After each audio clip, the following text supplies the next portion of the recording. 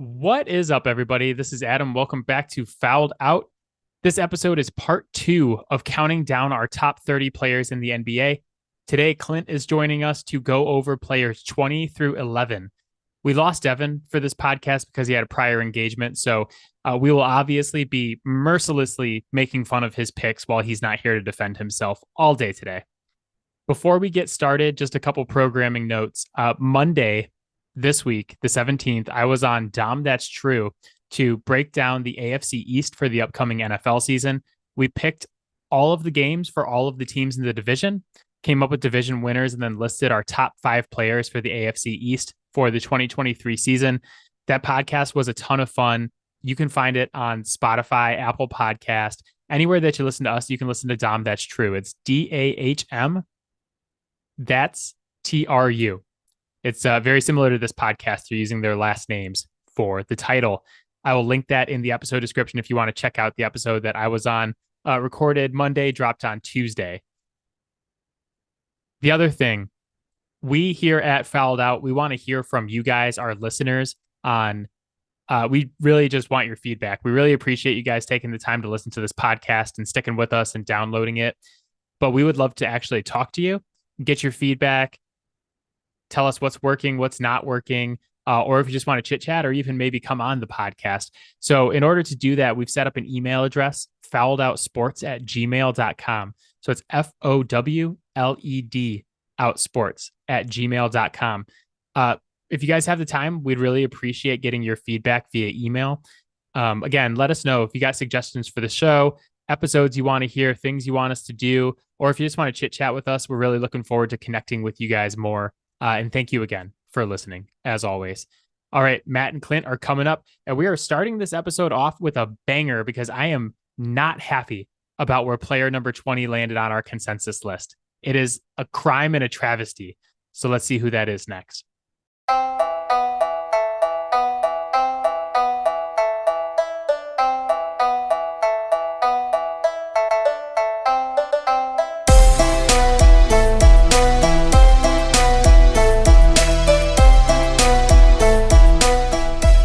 We are back. We got Matt. We got Clint. We don't got Devin. We're a man down in the booth, but we have all of Devin's horrible, terrible, no good, very bad takes. Too afraid to come defend him. He don't got that dog in him. It's funny because like Devin's list is actually like one of the more reasonable lists that we have. Didn't have Yusuf Nurkic in the top 20. That's for sure. So we'll miss Devin while he's gone, but we got to get through players 20 through 11 today. Starting off with number 20, a travesty in the voting. Number 20 is Minnesota guard Anthony Edwards.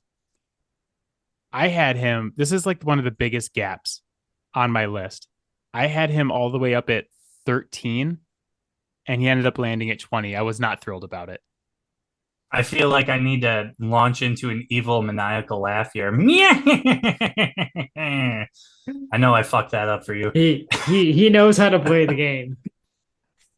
That's so yeah, Anthony Edwards, like Matt and I were pretty high on him.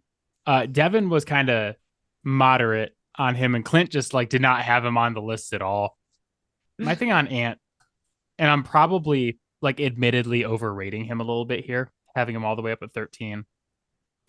But I thought he showed flashes in the postseason this year of being a guy who can be a number 1 on a championship contender. He's 21. He's played 11 playoff games in 2 seasons in the NBA. And in those games, he's averaged 28 points, 4.5 rebounds, and 4 assists. Played in a 5-game series against the eventual champion Nuggets this year and averaged 32, 5, and 5 while having the third highest PER in the playoffs, only behind Jokic and Booker. It's a bit of a small sample size, but I thought the flashes were there. Like what I needed to see was there. And I feel like we're like barely scratching the surface with this dude, with how athletic and how like just flat out thick he is. He's like a wrecking ball, man. I feel like there's a lot more there than we're seeing, but I saw the flashes to say like, okay, I think this guy has the potential to be a number one on a championship team. I think there's a little bit that's fair, like rebounding and assists. And I'm not ignorant to the fact he's a shooting guard, but like his rebounds and assists are low. Which, and the other thing, like it kind of goes back to the to like that comment that I made last week about like what is a sexy pick, or like is this guy constantly in the news? No. And it's like part of that's because the Timberwolves aren't like a super solid team. But on the other hand, yeah, his offensive production is like decent when you're looking at his points, but like somebody that I want to be on my like number one, I would like to see them either have more rebounds or assists than he averaged like during the regular season. And his field goal percentage was 45, almost 46%. And then looking at the trying to see here, his 3-point percentage was like 35-ish%, give or take, regular season or postseason. So I think if he gets a little more like efficient scoring the ball and, making better shot selection, I probably would be more inclined to have him on here in my list. But I just felt like his other numbers are kind of underwhelming. I want to say, like, to his credit, we did see a little bit of an uptick there in the playoffs. He was averaging like 32, 5, and 5, which I don't really think you can ask for much more out of your number one. That's a 2 guard. In that scenario, like that's 2 blocks and 2 steals per game. Yeah, against Denver too. Right. Why I was willing to like tick him up a little bit higher than where he ended up being too is we've seen him get demonstrably better every season.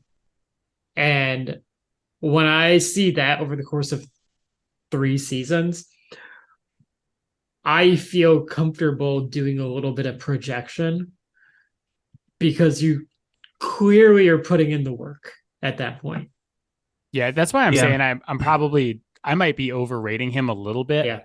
Yeah. More because it's like, okay, I think when we go back and look at this list next year, that he's going to be one of the dudes that's like, oh my God, how did we have Anthony Edwards all the way down at 20 on the consensus list?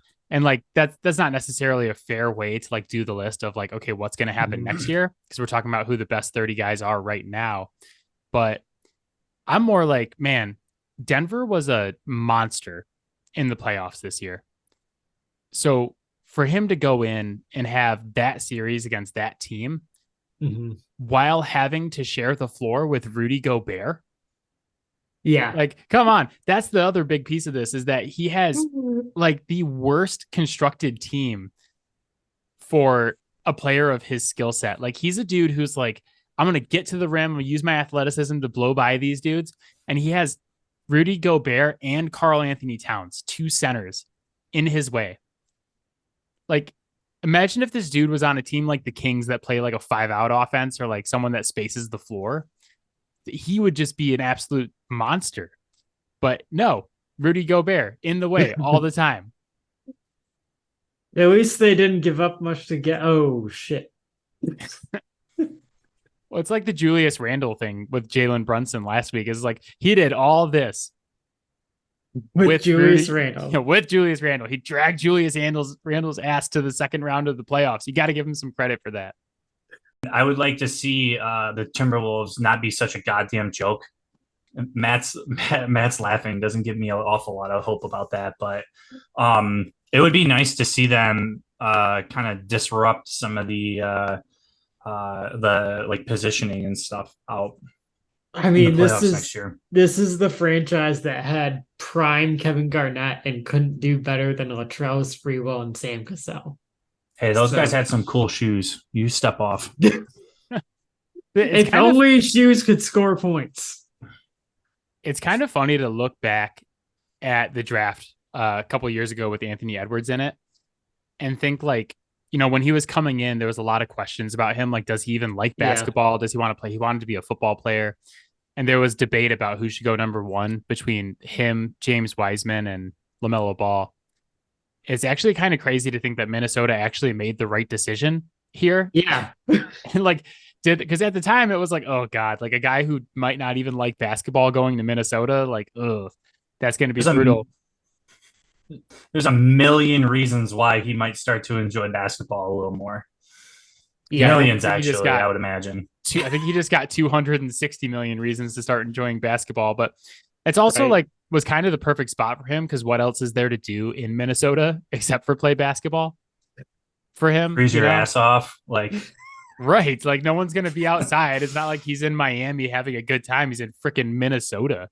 So Gotta he's watch gotta the dairy, that's all. yeah, man, he's gotta focus on it. So let's go to number 19.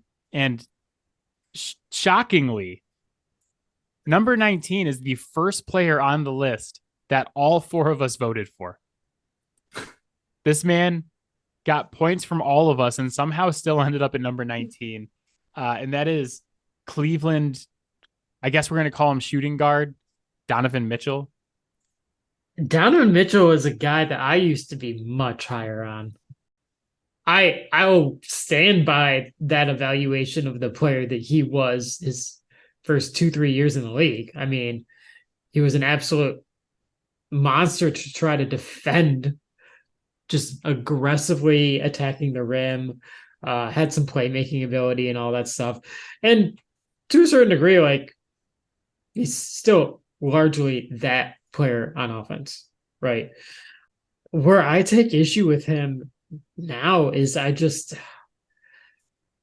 he used to be an absolute dog on defense. And that was where so many people were dragging him up into being like a top 15 player in the NBA. But we haven't seen that guy in at least 2 years. He got absolutely torn up by Jalen Brunson. Yeah, my thing with Donovan Mitchell is I just think at this point, we just kind of know who Donovan Mitchell is and who Donovan Mitchell's going to be. So, I mean, he's a high level volume scorer. Yeah. Took almost 21 shots per game this season, which is tied for fourth. And when I tell you later in this podcast who he was tied for fourth with, I think it's going to blow your mind.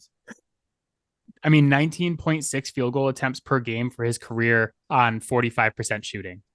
Like, Utah, Cleveland, every stop, he's been a volume scorer.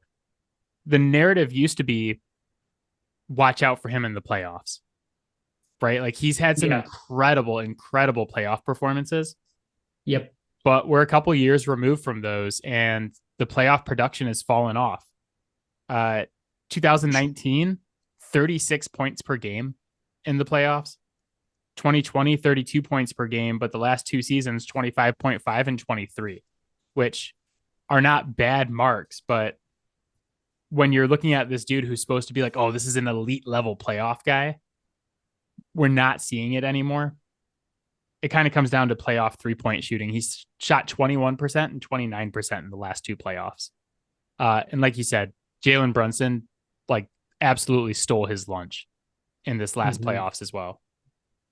And like in fairness to him, like over the course of the season, he wasn't necessarily inefficient. His true shooting percentage was like 61.2. Like that, he's obviously not like Steph Curry efficient, but like that's still there. He can be efficient. We're not seeing it in the playoffs, and the defense is no. It's like, quite frankly, the question is, does he play defense anymore? And I think we kind of know the answer, and it's not the one we want to see. Yeah, I just say, I mean, volume score from the perspective of like, yeah, you scored 28 points per game this season. Right. Yeah. Yeah. That's awesome. That's a good number. But 21 shots to get there. There are guys out there who are doing it more efficiently than him, for sure. And that's just kind of been the story for his whole career. He's like a mid-20s scorer on 20 shots per game. Yeah, and I think there the issue is like it's not really getting the free throw on. He gets there like 5 times a game over the last 3 years or so. That's not up there with like the top guys, and that's how you really increase your efficiency. Like James Harden built his entire game around it. There was a couple of stories that were pretty impressive with him during the regular season. Um, it just goes back to that thing. It's like, well, I mean, yeah, you guys did well, and 51 and 31 is nothing to sneeze at, but it's like you guys got bounced in the first round.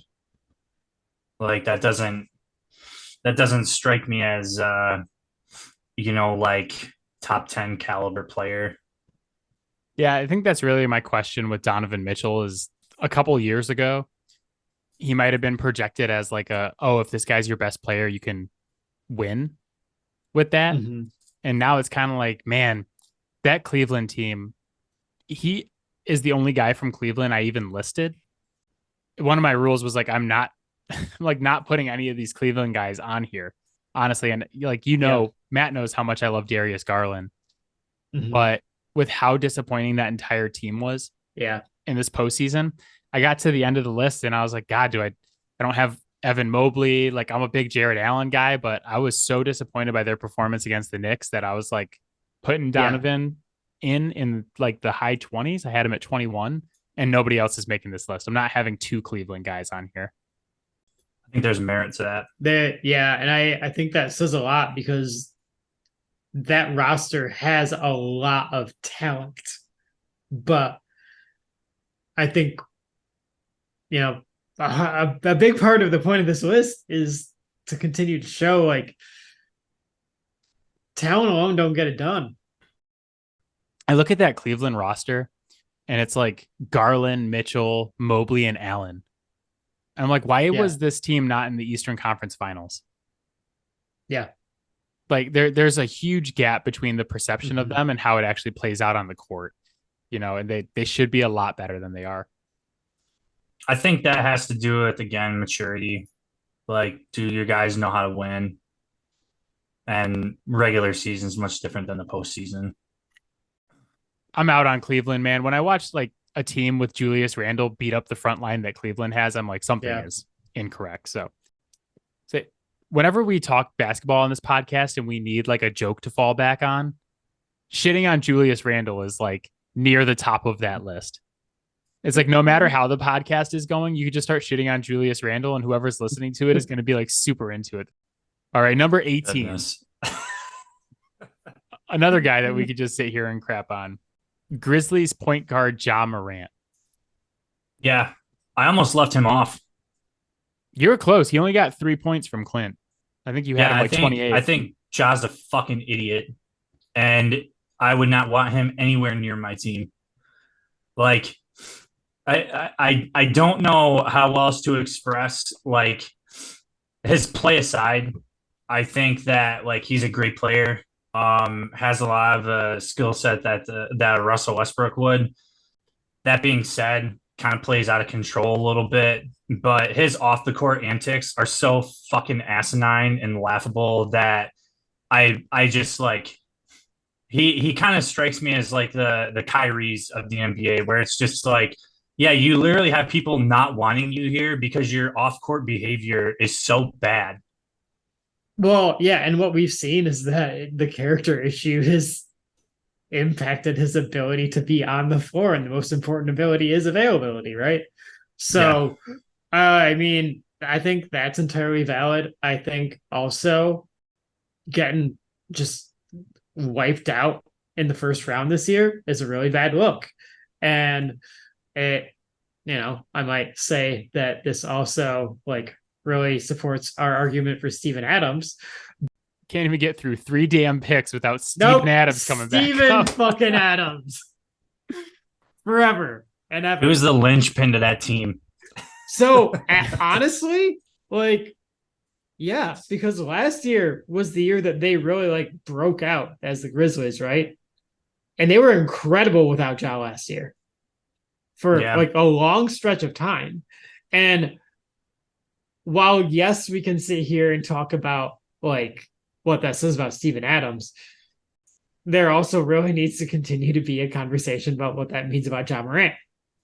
I really didn't think this episode of the podcast through because without Devin here, I'm now outnumbered by Steven Adams lovers. Ha! I mentioned during that segment that one of the things that they did really miss about him was that they needed an adult to just smack some sense into people on the court during that Yeah. series.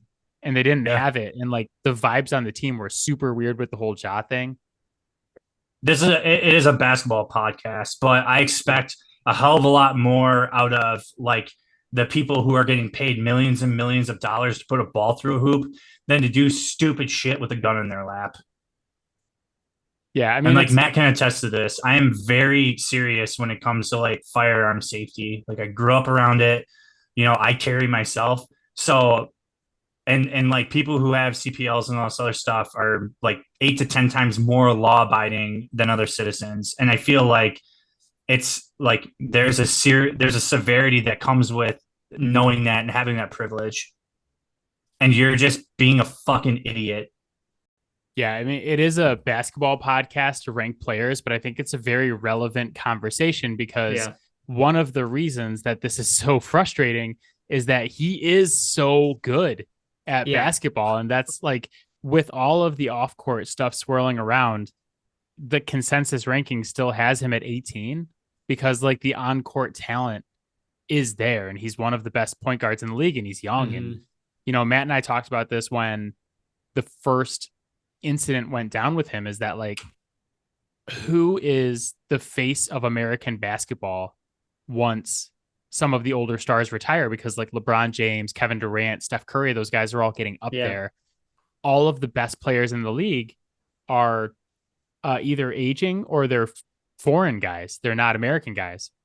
So it's like, is it Devin Booker, Jason Tatum, John Morant? Like who's the face of American basketball? And I think it was gonna be Ja before this, just because like the play style, the kids look up to him. He's got shoes. He's like fun to watch. He was right up there with those other guys, and he's throwing all of that away to dance around with a gun. Not smart, but let's go on to number 17. And number 17 is the last time we get to give Clint a hard time. Number 17 on the consensus list is Heat center Bam Adebayo. Clint left him off the list. If you guys listen to this, podcast, you know that this is a big Bam Adebayo podcast. Yeah, love us some. I feel Bam. like you guys just like the Heat. We do. I like the Heat because of Bam Adebayo. I do like the Heat. I'm not gonna lie, but I look at Bam. He's a guy who's gotten better on offense every single year in the league. And he has always brought it on the defensive side. Yeah. His defensive ratings in his career, 105, 104, 106, 108, 104, and 111. This season was the worst year, but the team defense was pretty bad around him. Through 64 playoff games in his career, 110 defensive rating. And I look at him, and I'll be interested to hear what you have to say about this, Clint, but I look at him as like the perfect center for the modern game. I mean, yeah, he had a hard time against Jokic, but so does everybody else in the league. But having like a guy who's that athletic and has the ability to switch onto smaller players, guard bigger guys in the post, like he got like Jokic had a great series, obviously, but I thought he held up pretty well against him as well. So I love Bam. I know Matt loves Bam. Yeah. I think that's more of like an oversight of seeing people that I wanted there more than, people that I didn't necessarily want there. I think that he does a good job. If I'm going to like really criticize him, defense and stuff is good. Matt and I have kind of talked about this a little bit, but I guess if I'm looking at centers and I want like somebody who's going to have like, I don't want to say more of an impact, but it's like 9 rebounds a game. I kind of look at that and it's just like, well, you're one of the biggest guys out there. Just as far as 6'9", 255. That's pretty big. Relatively speaking, you got legs, you can jump, you're a good runner. I feel like you should be shagging more balls. like off the rim. And like if he was like 20 and 10 with the field goal percentage that he's putting up now, yeah, I probably consider him a little bit stronger. But I don't know if we take him out of Miami and put him on like one of the other teams if he does as well. And I don't know if that's because like Jimmy and the other guys around him are making him a lot better, or if it's just like there's not enough board school around or what. But that like looking at the rebound specifically, from like a big, I would expect a little more out of somebody that I want to see as like a top 30 player. When it comes down to it, I don't think that he's going to be like one of your guys that you would try and like put on your tickets to sell games. And that's what I kind of consider again is, one of the not big criteria, but that's something that you think about. Steven Adams makes that list because he's got a goddamn nice beard and he's got like, it looks like that guy's chiseled on marble. If it was up to you guys, Steven Adams would be on everybody's ticket. Like even like the Pistons are selling tickets with Steven Adams in a Grizzlies jersey on it. They're just like, look at this guy. Come on. He's a man's man, that's for sure. Are we wrong? You're not wrong, but does it merit inclusion on the top 30 list? Yes. Yes, absolutely. I'm outnumbered, people. Someone send help. Where is Devin? I'm going to offer you an idea as to why his rebounding might be lower during the year. Because of his switchability, I feel like, generally speaking, their defensive scheme allows him to be away from the basket a lot more than you would expect of someone his size.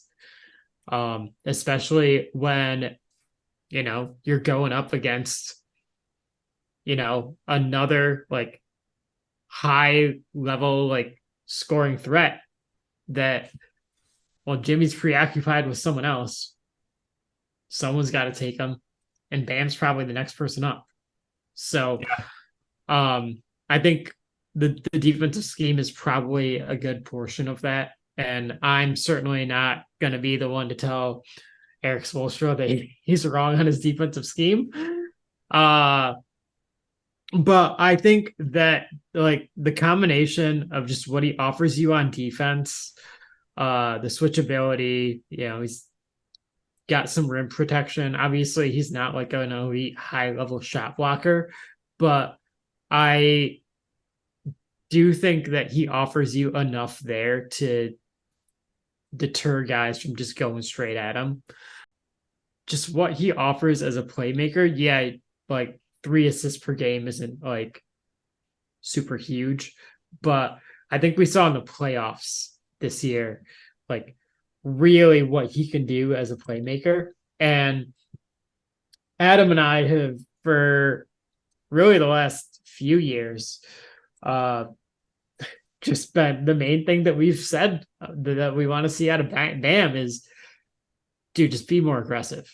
And we saw that in the playoffs. And when he is aggressive offensively, it's a short list of guys that can handle him. Yeah. Yeah. My thing with Bam is I think you can win a championship if he's your second best player. Mm-hmm. I don't think you can win a championship if he's your second best scorer. I think you need more offense than that in your second best scorer, but like second best all around player, he can for sure. Yeah. And I agree that like that was kind of the issue there. What happens if Tyler Herro is out there? And I'm not saying that Tyler Herro is the difference, but man, did they need someone who could get a bucket. What if Caleb Martin didn't turn back into a pumpkin? Who knows? Or Caleb Martin. Speaking of scorers, number 16 on our list, and I feel bad about this because I promised the fans no more Boston segments after the Celtics got eliminated. I was like, you don't have to hear us talk about the Celtics the rest of the year. We're back. We're talking about the Celtics. It is Celtics wing Jaylen Brown. Fun fact. Remember earlier when I told you that Donovan Mitchell was tied with someone for number 4 in most field goal attempts per game, and that it would blow your mind when I told you who it was? It honestly is less shocking to me than you'd think. Jaylen Brown, 20.6 shots per game this season. I have him the lowest on our list. I actually had him down at 24. I think Matt had him at 19. Clint, you had him all the way up at 14, and then Devin had him at 20. So I'll let you guys make the case for him first. I'll let you go, Clint, since you had them highest. Alrighty. I just think that like shooting guard, he does a pretty good job. There is a like 26 points average on the season, pretty good. His rebounds floating around 7, and the assists floating around 3.5. Shooting guard, we're closer to 50%, 49%. I like this play, and I liked how he played off of Tatum. It's one of those things where I think like he's kind of like a synergy guy. And if he was with someone who had like the killer instinct, I think like there would be a little bit more of an argument to have him higher up on the list. But when it comes down to it, what's like the thing that matters in pro basketball? It's like winning chips, right? Like if you're not getting rings, like what the fuck is the point? And these guys have consistently come up short in situations where I feel like they should have like had a much closer route in getting to like the finals, and that would have like I thought that they would have handled like the Heat. I believe that. Yeah, you're like not winning and you're putting up this stuff. It's like how much more fucking help do you need? Like what he can do on a basketball court is very impressive. And what makes it even more impressive to me is that he's able to do all of that stuff while having one of the worst ball handles in the NBA. Like, not great for a wing guy. I mean, like Bam Adebayo has better ball handling than Jaylen Brown. My 16-month-old son can handle the ball better than Jaylen Brown can. Maddox can go left. Shit, coming at this man's life over here. Well, other players have come at his life too. Like they've said, like that's the book on him, and that's always been the book on him. I think that's kind of starting to catch up with him. He's gonna need to put in the work to fix that if he wants to take his game to the next level. What I will say in his defense, though, is that he's not afraid to put the ball up in the fourth quarter. And sometimes that's been a detriment. I think he's also doing that because a player that we are going to talk about later on this list will not do that. And I would rather go down with a player that's at least willing to go down shooting than a guy who is supposed to be my top scorer but won't pull the trigger. Yeah, I would That's agree fair. with that. My thing on Jaylen Brown is like the more I think about it, the more I think that he just isn't in a very good situation for him in Boston, which sounds counterintuitive because like you're playing off Tatum, you have all sorts of help. Like it seems like a good team. But I think that the offensive load that they require from him is just too much. You know, he 31.4% usage this season with only a 19-point PER. So it's not efficient, you know, and he's getting the ball 1/3 of the time. I'd rather see him handle the ball less.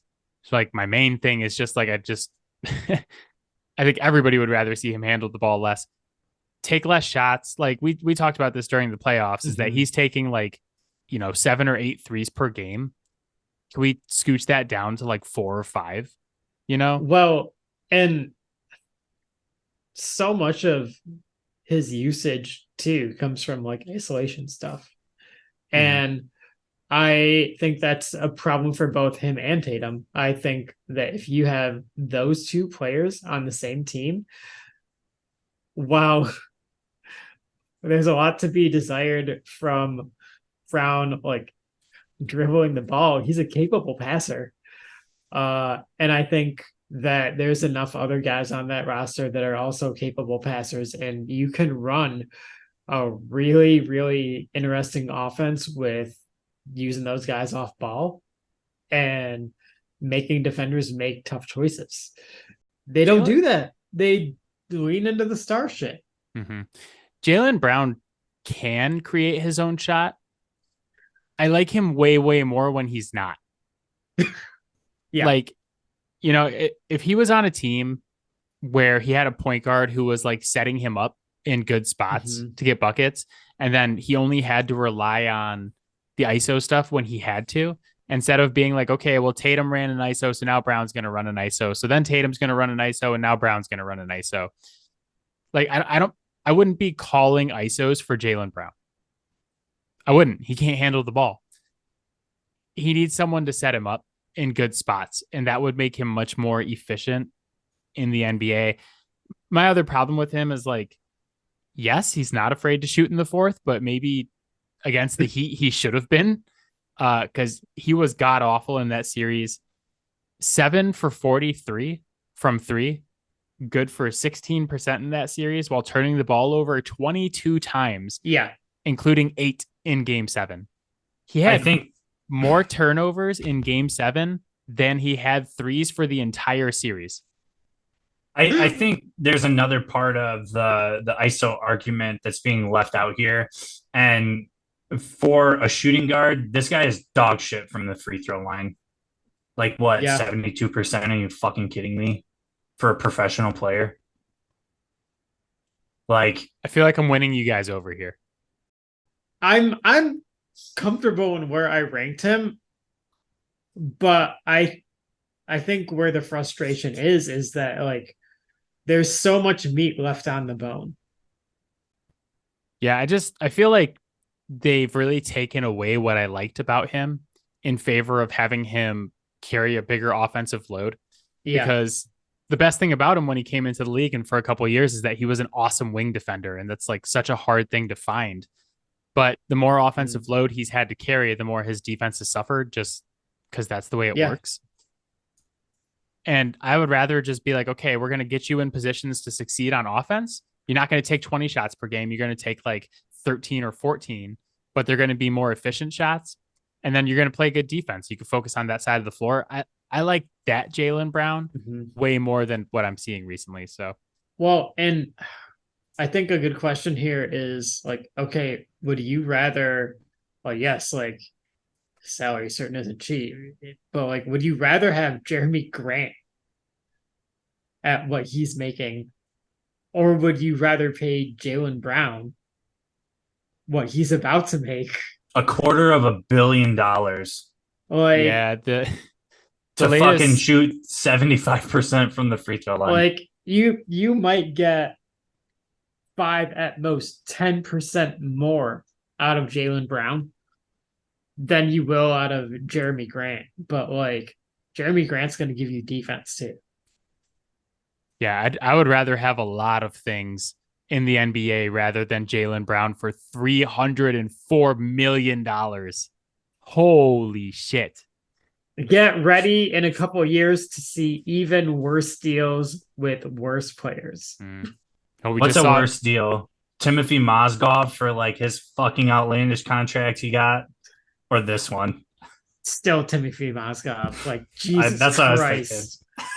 Can I go Fred VanVleet max deal? Fred VanVleet can actually play at least. Yeah, but they gave a max deal to a dude that nobody had on their list. We came up with like 40 guys and no one even thought to put Fred VanVleet on there. Mozgov wouldn't have even been in our top 60. Yeah. I wouldn't have put him in later. One-time spike, baby. Let's do it. We have to spend it all right now. All right, let's go on to someone that I'd much rather have than Jaylen Brown for $304 million. Cumulative points wise from the consensus list, this is actually our biggest jump going from 16 to 15. This is the biggest point gap. And we are going to one of my personal favorites, Sacramento Kings point guard De'Aaron Fox. Actually, like one of the most consistently rated guys on our list. I had him 14. Matt and Clint, you guys both had him 15, and then Devin had him 17. So we were all like really close. I called him out on this podcast not that long ago. Lit a fire under him. I'm taking full credit for De'Aaron Fox's development in the last couple of years. I was not happy with where this team was going and how he was playing. You know, we talked about guys earlier who it's like, does he play defense? Who knows? You know, there was some other issues. The team couldn't even get to 500. So Matt fought for his inclusion on this list. The last time we did the list 2 years ago, I was like, get this guy the fuck off of the list. I don't want him on there until the Kings go 500. I feel vindicated. Guess what, baby? 2 years later, 50 plus wins, third seed in the West, De'Aaron Fox back on the list. The thing I was so impressed with him, and this is like a little weird for me because it's not really statistical at all, is just the attitude during the Warriors series and the playoffs of like, I am not fucking losing. Yeah. And there were times where like everybody else on the team was just playing like absolute dog shit. And De'Aaron Fox is like, I am not letting us lose. Obviously, they do end up losing, but it was like, no matter is he having a good game, a bad game, no matter what's happening, he was taking over at points in that series and he was keeping them in the games. And I did not think he had that in him. Watching him gut it out with that busted finger on his shooting hand. Yeah, emulsion fracture on his finger. He got dogs in him. He got several dogs in him. And like that wasn't there a couple of years ago.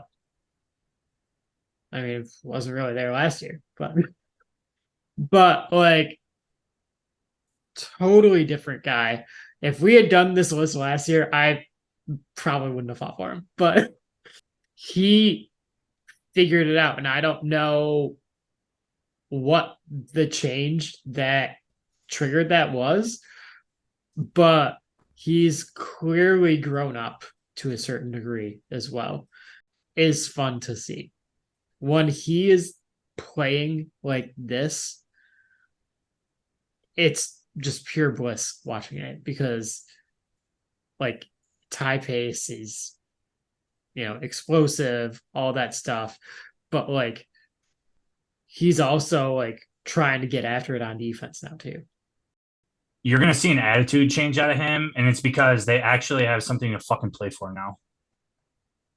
And like, once you get a taste of that, I think that really is a catalyst for watching people improve or watching people kind of flounder. And I'm really hoping that is like, it's not about, oh, well, I'm building towards my next payday. I hope that it lights a fire under his ass where he's going to say, no, like that doesn't matter to me. Like winning is the most important thing. So he's fun to watch too. Like seeing highlight reels and stuff is fun. So yeah, I'm hoping that he does better next year. Yeah, that's my big thing for the Kings as a whole next year is like, okay, you took the league by storm. This year, you shocked the world. How do you follow it up? Everybody's got tape on you. Everybody saw what the Warriors did to you in that playoff series. So what adjustments are made and how do you get better this season? But yeah, all the contenders have made moves to try to get better. You guys more or less stood pat, but like now the ball's in your court to get better as players and a team. Like, there's no excuses now. How dare you insult off-ball god Sasha Vesenkov? We brought over the EuroLeague MVP. He scored 275 points on 26 dribbles last season in EuroLeague. The European Jaylen Brown. It's so... Oh, God. Hopefully we don't make him dribble. It's like the most amazing thing in the world to me. This dude averaged over 10 points per dribble. Nobody in the NBA is ever going to do that. It's incredible. Number 14 on our list, another guard, Thunder guard / wing. My mom's favorite player because she loves the name, Shai Gilgeous-Alexander. That's all she needs. So I had Shai the lowest. I had him at 17. Matt, you had him at 11. Clint 16, and Devin 10. So we were kind of Matt and Devin were in the same spot. Me and Clint were around the same area. So I get it with Shai. All first team NBA this season. 31 points, 5 rebounds, 5.5 assists. 27.2 PER, was 7th in the league with 125 offensive rating, 113 D rating. He's awesome. He's an awesome player. Yep. But like, can we go over 500 before I put him in my top 15? Like, can we make the playoffs with this version of Shai before I start pumping him up this list? Like, he played good. Played good in the first play-in game against the Pels this year. He had 32, and then had 22 in the loss to the Wolves. But like, this isn't meant to disparage Shai because I know the team he's on is not great. But like, can I just see it first? Can I see it before I buy it? Can I take it for a test drive before I start investing in it? So my counterpoint to that, though, is that even getting to the play-in game on the Thunder, like, I think it's understated how big that is, seeing as that is a team that at no point this year was intending to go to the play-in game. That franchise and their GM were thoroughly planning on tanking. And essentially, him and Josh Giddey dragged that team to 40 wins. That team, I think they're a lot more talented than they get credit for, even without Chet Holmgren. Like, yeah, you mentioned Giddey. Jalen Williams is Jalen Williams baller, man. Talented as well. I mean, I don't think Chet makes that big of an impact. I'll be honest with you. Like, I see Chet and I'm just like, your bitch ass about to get pushed around. Like, I think that like he needs to bulk out a little bit. Sorry for interrupting that. No, you're good. I look at what he did, and given the situation that he's in, like, I don't think anyone could really ask more of it. And you look at all of the efficiency numbers, it's all there. Like, he did everything that any reasonable person could have asked. I don't even disagree with you. Yeah. But it's just like, so why he's not in the top 10 though? I know, but I need to see it in the playoffs because, like, what if he's just James Harden? Like, what if he's this awesome regular season player who completely flames out when it's important? And we just can't know that right now because the last time he was in the playoffs was his second year in the league with that Chris Paul team. And like, he played fine, but he wasn't the dude he is now. Yeah. And I think that's fair. But if I look at the other guys that are on this list behind him, like, are there really any other guys that I feel like really confident in going to war with more than him? De'Aaron Fox. Well, literally just Steven talked Adams. about De'Aaron Fox. Yes, Steven Adams. Yeah. As a number one, like, De'Aaron Fox, I think is like the only other one. Right? Anthony I Edwards. like his game. I like his game a lot. And this kind of goes to my point that I harped on the last two guys about 90% free throw shooter. Yeah. You can do whatever the fuck you want as far as playing reckless. If you're going to the basket, shooting 90% from the stripe, like, yeah, I'll take that. Because odds are it's an offensive-minded league. You're going to get fouled and you're going to go shoot free throws. And if you can make those, then like you're going to keep us in the game in some regard. I think one of the things that like is kind of perturbing to me overall is that positionless basketball means that like point guards average 5 assists now. And that like kind of grinds my gears. Because again, in my head, like if you're getting assists, that means that like you are being efficient and you are going to get better looks because like you're getting other people involved and making them threats. Like I don't understand why it just would make sense to me if you had guys that could get involved. It would make the game come so much easier, and you guys would probably not be struggling to get to the play-in game. And that's more an indictment on the front office than it is Shea. But I think like if we had that approach, then you wouldn't need to carry a burden of almost 31 points a game. Yeah.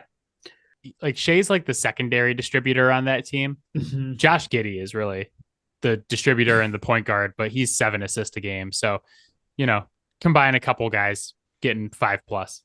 Yeah. Yeah. And his field goal percentage is good too. Yeah. Like anything above, he's 51%. Yeah. Like I'm very happy with that. And he was getting to the line 10 times a game this year, and shooting 90%. I'll take that. And I get that, again, shades of James Harden. But I mean, he don't quit on defense, does he? Yeah. No, I think he offers you a lot more on defense. And quite frankly, I'm not changing my Twitter handle to name it after Shea, which is exactly what I did with my Twitter handle with James Harden. Yeah. I still go back to I just haven't seen it enough when it matters with him yet. Yeah. To shoot him up the list. And honestly, I think OKC is going to be pretty good this year. He could make the playoffs, have a great series, and all of a sudden I'm like, okay, he's number 10 on my list next year.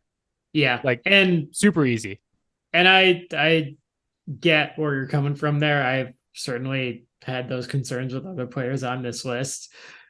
I think that we all have players on this list where we're just like, yeah, I know, I get it. But this is a guy I'm willing to take that risk on. Yeah. Let's go to another guy who carries an incredible amount of risk. And I'm kind of shocked to see him this high with what we've talked about so far. That is LA Clippers wing, Kawhi Leonard. You guys were all much higher on Kawhi Leonard than I was. Matt and Devin both had him at number 9. Clint, he was at number 12 for you. Yep. I had Kawhi down at 19. So, Matt, I'll let you give us the positive on Kawhi first. I'll tell you why I'm low on him. So, I mean, I'm not going to not acknowledge the lack of games played. That's a huge issue. But I got to that 9 spot on my list, and I was really having a hard time settling on anyone, and I kind of had this moment of clarity that we had pretty much run out of players that I could say, hey, you make that guy the number 1 on the team, and I feel like I have a chance to win every single game that I play. And the only other guy out there that I truly felt that way about was Kawhi. And I get that we haven't necessarily seen him do it enough, but I mean, when he played this year, he was very good. And I just felt like if we are making that top 10 area, the list of guys that yep, you are a true number 1 on potentially a championship team, no one else on the list was capable of that, and I felt like that was deserving of it. The games played is major concern. But if you look at his postseason numbers, and granted there wasn't many games, he shot 60% from 3. and he shot 54% from the field. When he needs to be on, he can be on. But like, I think the thing that would comes to mind for Kawhi for me is like, dude, like, I think you owe it to like the fans to have some fucking transparency about what the hell is going on with your body. Because I would be super disappointed if I bought a ticket to go to the east side of the state. Was it Little Caesars Arena now? Yeah. To go see him, and he wasn't playing, and that's like a real risk. Like, Yeah. I mean, imagine buying tickets to like someone like the Warriors and having them bench like Steph, Clay, and Draymond. How much would that suck? I have never experienced that exact scenario in And I recent had history. COVID. I Yeah. know. And I had COVID. We were all supposed to go to that game. Yeah. About that day that none of the starters were playing. And then I tested positive for COVID. I was like, this is a shit day. Yeah, it was like, did you still go to the game though, Matt?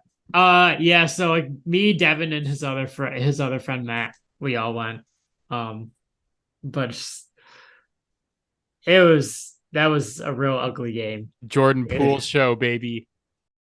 My thing on Kawhi is not like I co-sign all the analysis. He's excellent when he plays. But my thing is not, can I count on him to be there or not? It's, I can count on him not to be there when I need him. And that's why he's so low on my list is like, he's been in LA for 4 years. He's played 161 games, which is less than the next two guys we're going to talk about. Yeah. The playoffs, they lose to Denver in the bubble. Then in the next year, he gets hurt in the second round, misses the last 2 games of round 2, misses all of the Western Conference Finals where they get eliminated. Then he misses a whole season. And then he comes back this year and gets hurt after 2 playoff games and misses the rest of the series where they get eliminated by the Suns. I can very clearly only rely on this guy not to be there when I need him most because he's going to be hurt at this point in his career. And I'm like, yeah, cool. If he's healthy, then we're a championship contender. But I know for a fact he is not going to be healthy. It's not a question to me. It's a statement. This dude is not healthy. That's it. Like, full stop. It's really surprising to me how you have guys like LeBron who are seemingly almost invincible. I mean, they'll have little injuries here or there, but they're not taking substantial time off.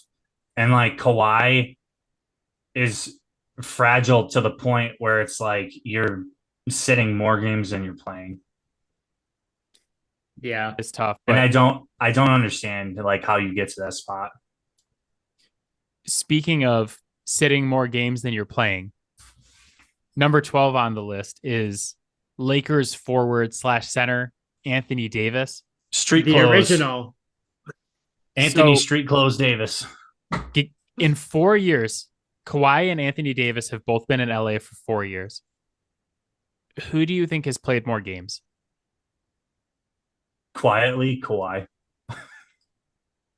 No? Anthony Davis has played 192 games, 31 more than Kawhi Leonard, because Kawhi missed an entire season. Yeah, that torn ACL. Yeah. Anthony Davis is more, I think, along the lines of like, okay, if he's healthy, it's a big if, but if he's healthy, I have one of the best guys in the NBA to me.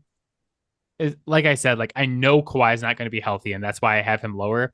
Anthony Davis, at least it's a reasonable question, because while he misses a lot of games, we did just watch him play 16 playoff games, right? And he was really good in those playoff games, posting 23 points, 14 rebounds, and 3 blocks, 102 defensive rating. Even though they got swept by Denver, he averaged 27, 14, and 3 blocks in that series. So yeah, I actually had Anthony Davis 8 on my list. I have him ahead of LeBron. I had him at 9. I felt like Anthony Davis was more responsible for the Lakers getting to the Western Conference Finals than LeBron was this year. Yeah. Like the impact on the defensive side of the floor was just off the charts to me. Oh yeah, I mean that's the key to that team working. Don't get me wrong, because those those role players did a lot for them, but what those role players did for them works because he can be the anchor. Where I am a little less bullish on him beyond the lack of availability, historically speaking, is offensively. Honestly, for him to really like make his mark, he's dependent on a competent ball handler. And that's why I think actually LeBron was more important because as a role man, you ain't shit without the ball handler. And that's where he really excels on offense, is he is an elite of the elite role man. Yeah, Top three, and he's not three. Like I just look at like, and I know that you know this probably better than anybody, Matt, but there are two sides of the floor here. Yeah. And I understand that he's a little bit more reliant on a ball handler offensively, but like the defensive impact, this guy has a 104 defensive rating for his career. To put that in perspective, Jaren Jackson Jr., his whole career, Jaren Jackson Jr. was Defensive Player of the Year this year, and he had an 105 defensive rating. So Anthony Davis's entire career, the whole career, better than the Defensive Player of the Year this year. Like, well, he's missed all those games, so he missed the games that could have fucked it up. So I think Anthony Davis is kind of like he folds like a wet paper bag if anybody's going to play physical with him. Yep, that was going to be my next point. He's the guy. He's the guy where it's like, okay, when you're talking about elite, like he's 25 and 12. Like you're getting a double. Your shooting percentage is good. As a big, you're shooting, I think it was almost 80% this year from the stripe. Like, I mean, 78%. I mean, you're a little soft, but it's like I can live with that if you're grabbing boards, getting your assists, and getting blocks. And I think that overall, I would absolutely want him over somebody else who's in the top 10 as a center or like just a big, I guess you would say. I would absolutely want him over like Joel Embiid or people like that. Like Anthony Davis will put his money where his mouth is, and fucking Embiid will just run his mouth and not accomplish anything, and whatever. Blame it on James Harden, I guess. That was one thing Clint and I agreed on, is we both had AD over Embiid in our list. So I did too. I think I had him at like 14. Yeah, actually you did. That's something that we all yeah, I was super. You had AD at 17 though. Okay. Well, I was still incredibly low on Embiid. Yeah, I think we all are after the last couple of years, except for Devin. Get his ass on here to defend himself next week. But oh yeah, no, we're not doing this last one without Devin. He has to answer for that. No, I mean, yeah, I get the criticism of AD that like he folds when he gets played against a bigger player. Yeah. I just think AD's not a center. Like, I know that he has to play center with the Lakers for that lineup to be effective, but one of the best things the Lakers did during their championship run in the bubble was that they had Dwight Howard and they had JaVale McGee, and they could play these different lineups where they could put a little bit more beef next to Anthony Davis and let him be that like roamer, shot blocker, free safety type of guy. Mm-hmm. He's way better in that role than like, okay, get out there and defend a Steven Adams post up. It's not going to go well. No, it's not. And I think like he does deserve a little bit of credit for being a big. He can stretch the floor a little bit. Like if he's hot, he's a liability if he's going to take consistent shots behind the arc, shooting 25% this season. But I think like he's enough of a threat and he's a smart enough player that he'll make that choice whether or not he wants to pass or shoot based on the situation he's given. But even being able to shoot 25% still makes you like, as a defender on the block, you have to honor that. Because if he heats up, then like you really have problems. Yeah. And I think that like developing that part of his game was really smart. I just wish that he wasn't made of fucking glass. Yep. Yeah. I mean, I think that like even being top 20, like that's not a slight. I just think being a big, being soft, being fragile, like I think that's worthy of pumping the brakes a little bit. Because those are really, really important things as a big. Yep. That was my distinction between him and Kawhi, though, was that Anthony Davis is a glass cannon. Kawhi's a broken cannon. He's a big cannon, but he's a broken Scattered. one. Yeah. Last guy for today, Anthony Davis's running mate, Lakers wing LeBron James, number 11. So we all kind of had him in the same range. Clint was the lowest at 13. Devin had him at 12. I had him 11, and Matt had him 10. Yeah. So, Matt, it begs the question, how does it feel to be the highest on LeBron James in this group? Disgusting. I saw that. I saw Matt's rankings, and I was like, God, this is actually like a really good, like unbiased opinions from Matt. If LeBron is 10 and the rest of us had LeBron lower than that. Yeah, you can't say that I'm like, I have an agenda if I put LeBron that high. No, this one time I will say that you do not have an agenda. I don't think that anyone can deny that like what he's still able to do on a basketball court is remarkable. Quite frankly, I think something that maybe it gets overlooked a little bit when we have that discussion about like, okay, well, is Anthony Davis or LeBron James contributing more to that team's success? Well, LeBron James is the brains out there on the court. You have to play intelligent basketball in order to win in the playoffs, even when you get a little bit of an easier path, like they did, I believe, in my opinion. But LeBron James is, in all likelihood, the smartest basketball player in the NBA. And if he's not, like, okay, great, you're behind Jokic.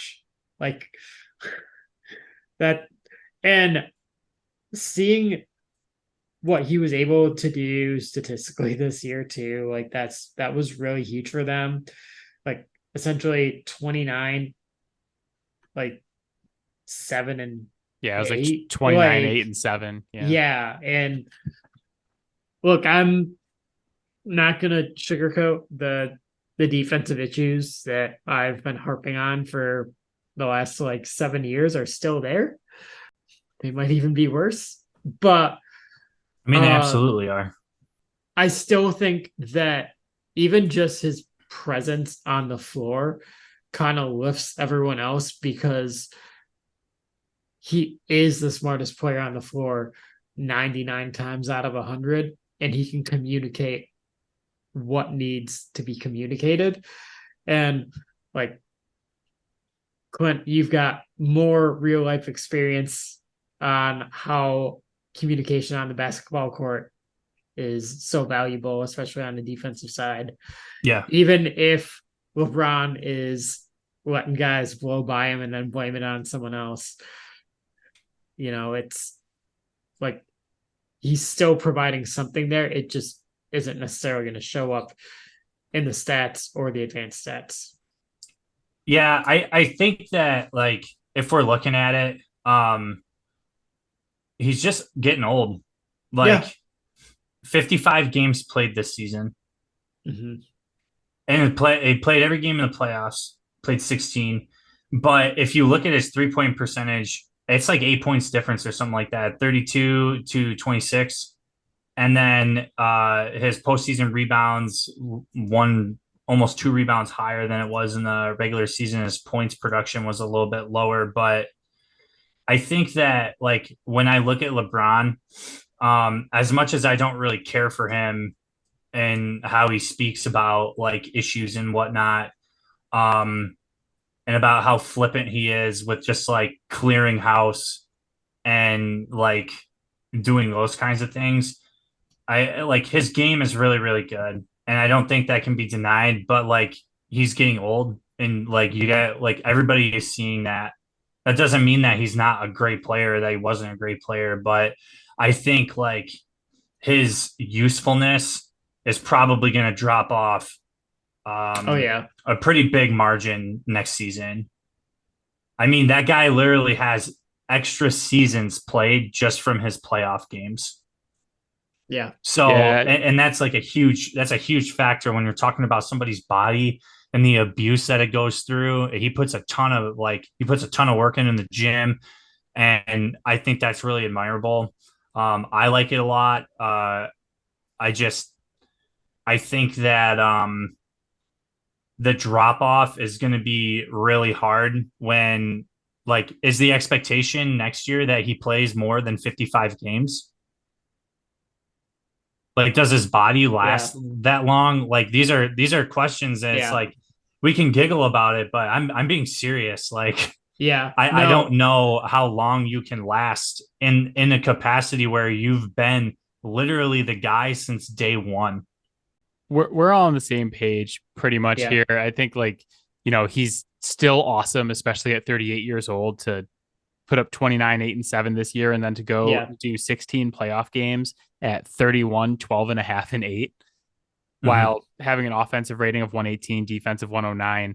It's just like I think about that last game in the Denver series where he comes out in like LeBron FU mode, scores Yep. 31 points in the first half, right?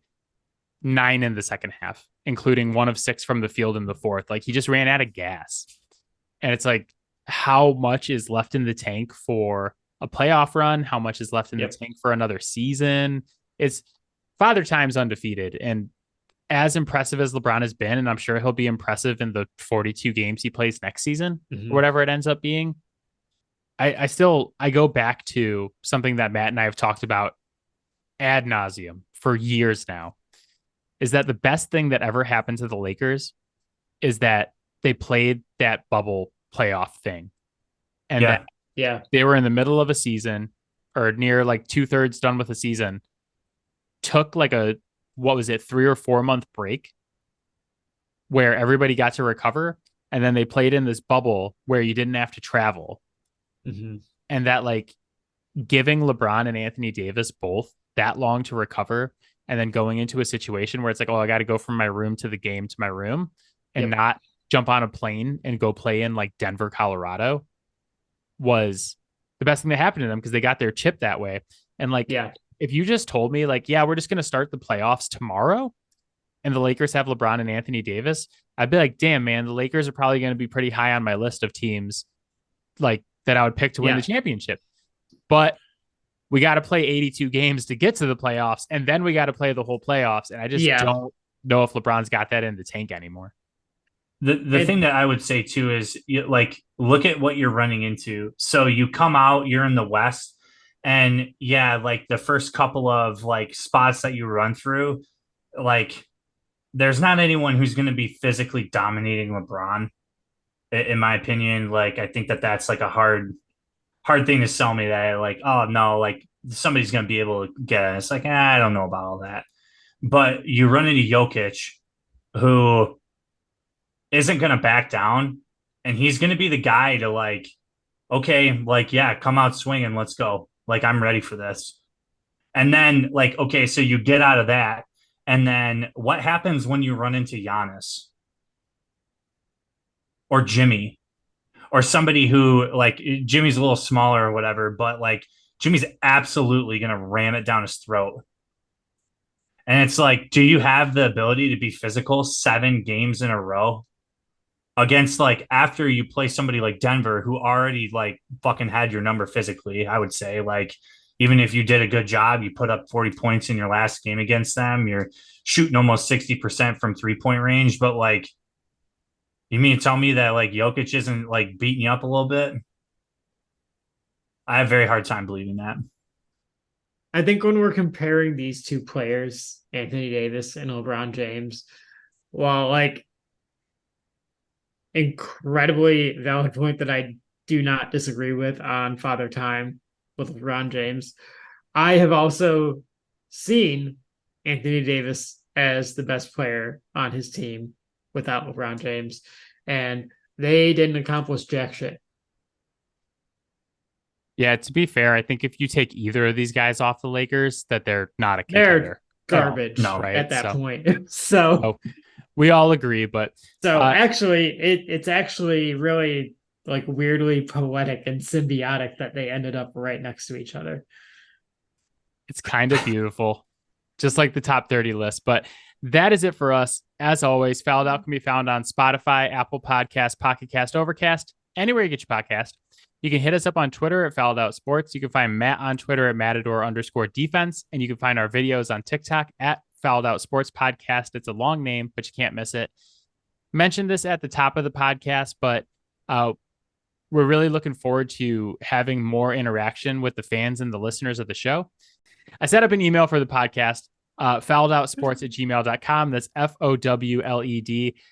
Please, if you have the time, reach out to us. Let us know what you like about the show, what you don't like about the show, suggestions for episodes or what you guys want to hear, especially with NFL season coming up, or just chit chat with me and Matt. We'd love to hear from you guys. And as always, thank you all for listening to the show. We appreciate you guys. To any of the listeners who will understand this, ad nauseum was stated, and the first thing that came to mind was MTG.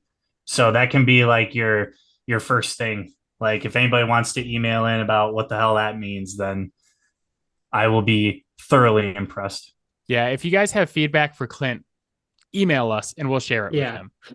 Yeah, I'm not on the social media really, so I'm really curious to hear everybody talk shit about my picks and how out of touch I am with NBA basketball.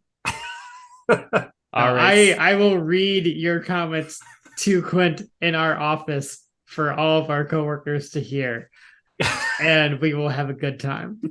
Speaking of talking shit, next week, the top 10 players in the NBA, starting off with number 10, Jason Tatum of the Boston Celtics. Yeah, that's the top 10 is going to get heated. The Jason Tatum portion could probably be its own episode.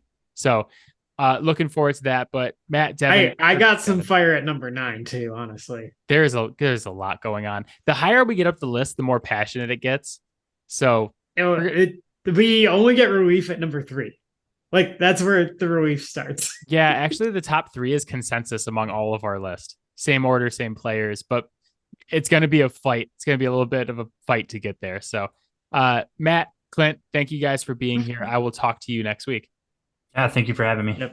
Yep. We missed you, Devin. Bye, guys. Bye, Bye, Robin.